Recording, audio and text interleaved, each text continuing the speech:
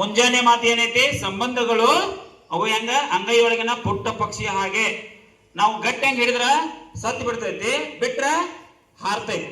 ಇದನ್ನ ಲಕ್ಷ ಕೊಟ್ಟು ಕೇಳ್ರಿ. ಎಲ್ಲ 1ರಿಂದ 8ನೇ ಬಹಳ ಹುಷಾರಿಂದ ಕೇಳ್ರಿ. ಒಬ್ರು ಜ್ಯೋತಿಷ್ಯ ಹೇಳ್ತಿದ್ರಂತ, ಅಂದ್ರ ಅವ್ರು ಹೇಳಿದ ಕರೆ ಬರ್ತಾವಂತ ಅಂತಿದ್ರಂತ. ಅದಕ್ಕೆ ನಮ್ಮ ನಿಂಗನಂತ ಹುಡುಗ, ಅವನ ಹೆಸರೇನು, ಒಂದು ನಿನ್ನ ಹೆಸರೇನ್ಲಿ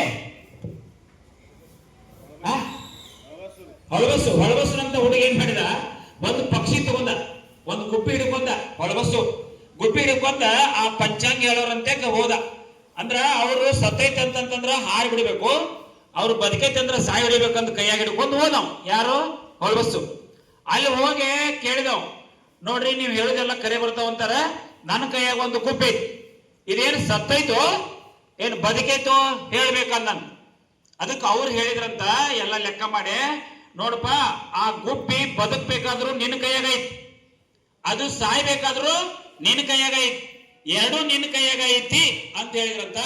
ಅವಾಗ ಅವ ಹೊಳಬಸೋದಂತ, ನೀವ್ ಹೇಳೋದು ಕರೆ ಐತ್ರಿ, ಇದು ನೀವು ಸತ್ತೈತಿ ಅಂತ ಅಂದಿದ್ರಿ ಅಂದ್ರ ನಾ ಹಾರಿ ಬಿಡ್ತಿದ್ದೆ, ಬದುಕೈತಿ ಅಂದಿದ್ರಿ ಅಂದ್ರ ಏನ್ ಮಾಡ್ತಿದ್ನಿ ಹೊಳಸ ಹೆಚ್ಚಿಗೆ ಬಿಡ್ತಿದ್ನಿ ಅದನ್ನ. ಅಂದ್ರೆ ಇದು ಅರ್ಥ ತಿಳ್ಕೊರಿ, ನಿಮ್ಮ ಭವಿಷ್ಯ ನಿಮ್ಮ ಕೈಯಾಗ ಐತಿ, ನಿಮ್ಮ ಭವಿಷ್ಯ ನಿಮ್ಮ ಕೈಗೈತಿ. ಅಂಗೈಯಾಗ ಇರಂಗಿಲ್ಲ, ಮುಂಗೈಯಾಗ ಇರ್ತೈತಿ. ನೀವು ಪೆನ್ ತಗೊಂಡ್ ಬರದ್ರಂದ್ರ ಓದಿದ್ರಂದ್ರ ಶನಾರ್ ಹಾಕಿರಿ. ನಿಮ್ಮ ಭವಿಷ್ಯ ಯಾರ ಕೈಗೈತಿ ಅನ್ರಿ? ನಮ್ಮ ಭವಿಷ್ಯ ಜೋರಂಗ್ ಹೇಳ್ರಿ, ನಮ್ಮ ಭವಿಷ್ಯ ನಮ್ಮ ಕೈಯಲ್ಲಿದೆ, ಅಂಗೈಯಲ್ಲಿಲ್ಲ. ನಮ್ಮ ಭವಿಷ್ಯ ನಮ್ಮ ಕೈಯಲ್ಲಿದೆ.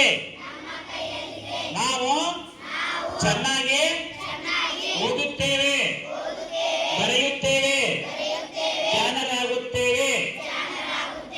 ಇದನ್ನೆಲ್ಲರೂ ತಿಳ್ಕೋಬೇಕು, ಇದ್ರ ಪ್ರಕರಣ ಆಗ್ಬೇಕು. ಲೇಟ್ ಆಗಿ ಬಂದರ ಲೈನ್ ಮಾಡಿ ಬಡ ಬಡ ನಿಂತು ಬಿಡ್ಬೇಕು. ತಮಾಮ್.